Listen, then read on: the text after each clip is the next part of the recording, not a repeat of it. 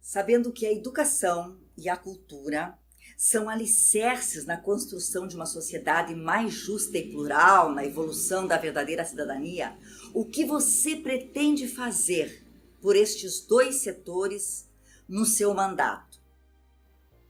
A minha história com a cultura se liga intimamente com a minha trajetória profissional. Eu tenho 41 anos de atividade em diversas áreas e todas elas, direta ou indiretamente, ligadas à cultura. Seja como ator, diretor e autor teatral, seja como publicitário, radialista, bem como na gestão cultural. Então, não existe como dissociar a minha plataforma como candidato a vereador das questões ligadas à cultura, até por uma questão lógica. E, por consequência, educação e outras áreas são correlatas. Eu sou conhecido por todos os que vivem da cultura nessa cidade. Então eu me sinto mais que obrigado a ser a voz de toda essa classe. No plenário da Câmara dos Vereadores, batalhar pela revisão dos mecanismos de incentivo, tanto no sentido de ampliação de recursos, quanto pela maior transparência em relação à aplicação dos mesmos. Eu vou me empenhar ao máximo para atingirmos uma democratização cada vez maior de acesso e fruição dos equipamentos culturais sob responsabilidade do município e, principalmente, ser um veículo facilitador para a transversalidade da cultura com outras áreas, como educação, turismo, economia criativa, meio ambiente, inclusão social, entre outras. Nesse sentido, é muito evidente que a educação é uma das mais importantes áreas que precisa dialogar com a cultura. Então me parece óbvio que o caminho mais assertivo é estreitar cada vez mais o diálogo entre os órgãos gestores dessas duas áreas, ou seja, a Secretaria Municipal da Educação e a Fundação Cultural de Curitiba. Eu, enquanto legislador, vou focar os meus esforços para aprovar projetos de lei que intensifiquem, mas que, sobretudo, viabilizem esse diálogo. Não podemos mais ter leis que simplesmente sirvam para acatar orientações do Poder Judiciário ou contemporizar necessidades do Poder Executivo. Precisamos de mecanismos legais, eficientes e efetivos, como criação de câmaras intersetoriais que discutam as questões transversais das duas áreas que redundem, inclusive, na criação de fóruns híbridos com representantes de ambas, pois a pluralidade de assuntos vindos desses dois setores é muito maior do que se possa imaginar. E só esse diálogo profundo entre eles, apoiado por mecanismos legais, é que apontará caminhos e soluções para problemas e potencialidades nas ações conjuntas que ambos possam vir a desenvolver. Mediante a tantas atitudes negativas de tantos políticos, e se eleito for, como você fará para aproximar a população do legislativo para a construção de uma sociedade mais justa e igualitária?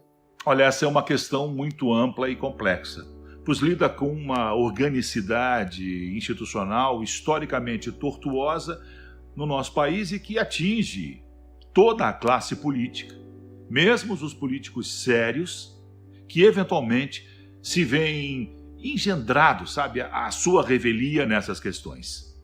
Historicamente, nós sofremos no Brasil de um mal maior que fortalece essa institucionalização da torpeza, da falta de escrúpulo, de corrupção e tantas outras mazelas políticas com que a população tem que lidar. A falta de transparência. O povo precisa aprender a não ter medo de exercer o seu direito e ter acesso à informação e à prestação de contas honesta e transparente sobre a aplicação de cada centavo de impostos e taxas recolhidas no país. E que todos sabemos que não são poucas. Nesse sentido, eu não vejo outro caminho senão o convencimento dos meus pares do poder público, tanto do legislativo quanto do executivo e, sobretudo, do judiciário, para ampliar cada vez mais o diálogo entre esses poderes democráticos entre si E, claro, com a comunidade. E isso precisa começar pelos municípios, pois é nele que mora o cidadão. E são eles, os municípios, a base formadora dessa estrutura maior chamada Estado, União Federal. Pretendo, nesse sentido, ter as portas do meu gabinete, na Câmara dos Vereadores, sempre abertas, para receber tanto os meus pares quanto membros da sociedade civil. Para, assim, estabelecer, propagar e fortalecer a importância do diálogo e da transparência, promovendo encontros entre esses dois flancos vitais do Estado democrático, o poder público e o cidadão, que paga os seus impostos, que mantém funcionando a máquina pública, que deve, por obrigação legal e moral, defender esse cidadão, os seus impostos, sob forma de serviços dignos que atendam a todas as suas necessidades, como cultura, educação, saúde, segurança pública, esporte, lazer, enfim, os elementos básicos para uma vida digna da população. Fiel, eu vou te fazer uma pergunta, porque é o meu público. Qual o seu plano para possibilitar o acesso à arte nas escolas municipais de Curitiba? Eu penso na escola como sendo o primeiro contato que a criança tem com a sociedade fora do núcleo familiar, como parte da formação de seu caráter e de todo o seu estofo como cidadão.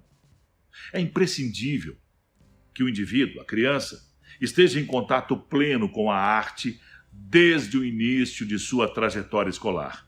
E não só por meio de disciplinas eletivas, mas de preferência curriculares e obrigatórias. Esse acesso passa por uma revisão curricular, se for necessário, e, é claro, pela maior qualificação dos professores, que têm que ser vistos como instrumentos fundamentais da transmissão dessas informações e desses saberes. Portanto, é de suma importância a capacitação dos docentes no sentido de ampliar o seu repertório artístico e cultural, lembrando que a formação de plateia passa por essa formação ampla e plural nas escolas. Como eu já mencionei, eu sou uma pessoa que acredita no diálogo como uma grande panaceia para os desencontros e desventuras entre os anseios da população e a efetividade da ação do poder público. Partindo dessa premissa, eu quero me propor a ser um agente facilitador do diálogo entre a Secretaria Municipal de Educação, Fundação Cultural de Curitiba e órgãos representativos da classe artística, como artistas, produtores, investidores e etc., propondo a instituição de um fórum permanente de debate entre eles, no qual sejam diagnosticadas as reais necessidades que, eventualmente, venham a redundar na criação de projetos de lei. Pois, historicamente, o que se vê é o contrário. Ou seja, a criação de mecanismos legais desprovidos de embasamento social, mas apenas político. E que, posteriormente, a sociedade tem que se adaptar a eles. Eu acredito no reverso dessa moeda. É a população que vai produzir e usufruir da arte e da cultura. É ela que tem que ditar as suas necessidades e o poder legislativo envidar esforços para viabilizá-las legalmente. Não adianta, nesse momento, eu dizer que irei criar essa ou aquela lei. O que me cabe no momento é me comprometer a ser esse elo de ligação que viabilize o diálogo intersetorial, que irá redundar na solução dos problemas apontados. Fiane, eu tenho uma questão. Eu quero saber de você quais são seus planos para a formação dos profissionais de educação, para que eles possam colaborar muito mais nas questões culturais do município. Ideias é o que não faltam, mas seria leviano da minha parte impor, nesse momento, qualquer ideia. Eu volto a insistir na tecla do diálogo como um mecanismo que fará diagnósticos e apontará caminhos e soluções. Mas, num sentido prático, eu pretendo desenvolver mecanismos legais para criar uma espécie de programa permanente que viabilize a transversalidade entre educação e cultura, partindo do diálogo e chegando na ação prática, passando pela ação legislativa. Apesar de educação e cultura serem duas áreas naturalmente transversais e complementares, muitas vezes nos vemos lançados a duas espécies de vales que isolam uma área da outra. E meu plano maior é transformar esses dois vales em um planalto de convergência de ideias, diálogo, claro, e ações práticas. O objetivo desse programa seria de ajudar no resgate dos profissionais da educação, a noção de que a cultura é um facilitador da educação e vice-versa, agindo assim como áreas simbióticas complementares. Ao mesmo tempo, resgatar no fazedor de cultura, seja o produtor, o artista, ou mesmo o poder público como promotor, a noção da importância da sua contribuição sobre a formação do cidadão. A gente tem que resgatar esse senso de que arte e cultura não podem se resumir a entretenimento. Não, eles são muito mais do que isso. Eles são ferramentas para viabilizar uma sociedade com mais discernimento, mais senso crítico, mais sentimento de pertencimento e até mesmo de responsabilidade cívica. O meu plano maior, que pretendo tirar do nível de sonho para ação concreta, é ver essas duas áreas integradas plenamente. Uma pergunta para te fazer, você que é um homem da cultura, tanto tempo de caminhada, sempre trazendo acesso para tanta gente, como empreendedor e como homem público, como secretário, queria saber o seguinte: nesse tempo aí de pós-pandemia, de crise econômica, com tanta gente com menos dinheiro, como poder oferecer cultura para essas pessoas? Como oferecer acesso a quem tem essa restrição financeira? Bom, a minha proposta em relação a isso é despertar de maneira enfática em meus pares no Poder Legislativo e, posteriormente, no Poder Executivo, a consciência de que é responsabilidade única do poder público promover todo e qualquer mecanismo para a alavancagem da produção, descentralização, democratização e fruição de arte e cultura no cenário pós-pandêmico. A questão de saúde pública trazida pela pandemia e que lançou artistas e produtores e tantos outros setores da sociedade num caos inexplicável não é culpa do poder público, foi uma fatalidade. Mas é óbvio que é uma responsabilidade do poder público estender as mãos aos setores mais atingidos e viabilizar a sua reconstrução. Claro que não podemos ser ingênuos e imaginar que o poder público terá fôlego para fazer isso sozinho. Então eu pretendo estudar com os meus pares a viabilidade da criação de mecanismos, sim, mecanismos legais, que incentivem o setor privado a investir mais em cultura, em parceria com o município e mesmo com instituições do terceiro setor, que sejam agentes multiplicadores de esforços. Novamente aqui será fundamental lançar mão do diálogo, ouvir anseios e necessidades e transformá-los em ação, com a consciência de que nenhum setor vai sair dessa crise sozinho. A parceria será fundamental. E aqui eu uso a palavra parceria em seu sentido mais amplo. Poder público, legislativo e executivo, ouvindo e trabalhando em conjunto com a sociedade civil organizada e com os setores produtivos da cadeia econômica, como empresas privadas e organizações do terceiro setor. Em tempos de tantas denúncias sobre racismo, como a cultura pode contribuir na formação antirracista nas escolas municipais de Curitiba? Como, João? O Brasil parece ter sempre fechado os olhos para a questão do racismo. Isso precisa ser combatido na base. Essa base é família e o ensino fundamental, que é a responsabilidade constitucional dos municípios. Para termos uma questão tão séria como o racismo, discutida desde cedo nas escolas, é necessária uma mudança nos conceitos de educação, que não deixe de lado a questão da diversidade e da pluralidade étnica do Brasil. O racismo é um mal na sociedade brasileira. Claro que já existem grandes avanços, como a Lei 10.639 de 2003, que prevê a inserção do ensino da cultura afro-brasileira nas escolas de ensino fundamental e médio. precisamos ir mais além, na vigilância sobre o cumprimento dessa lei. Esse olhar atento passa não só pelo simples fato de fiscalizarmos se a disciplina está de fato inserida nas escolas, mas também passa pelo reforço na capacitação do corpo docente destacado para esse ensino, que não pode deixar de lado todas as questões culturais, religiosas e sociais ligadas aos povos de raiz africana.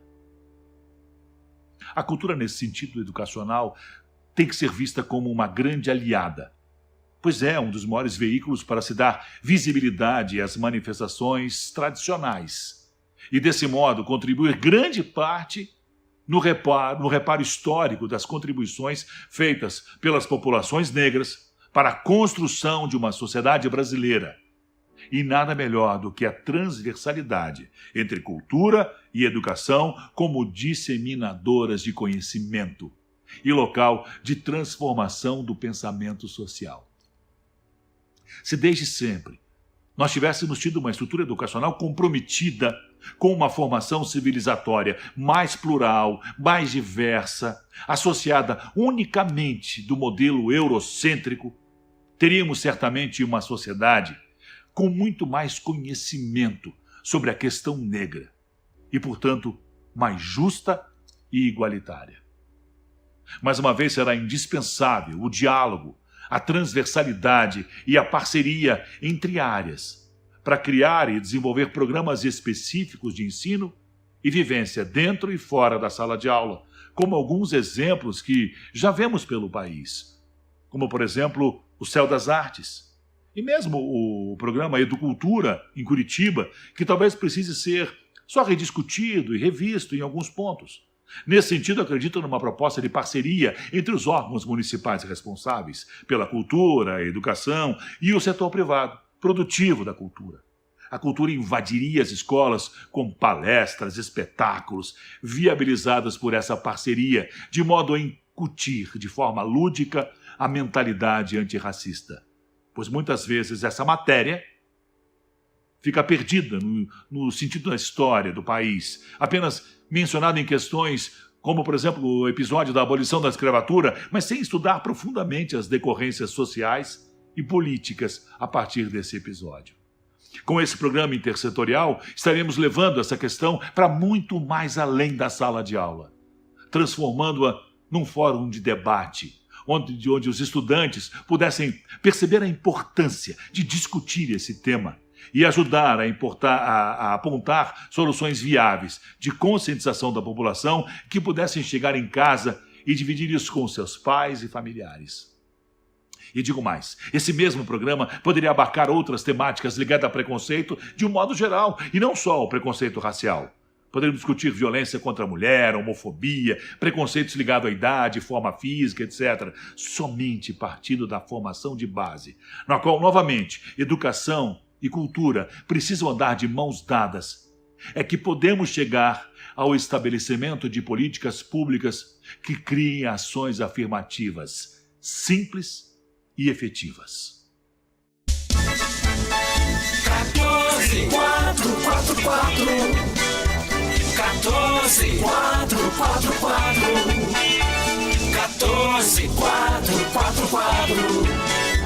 14444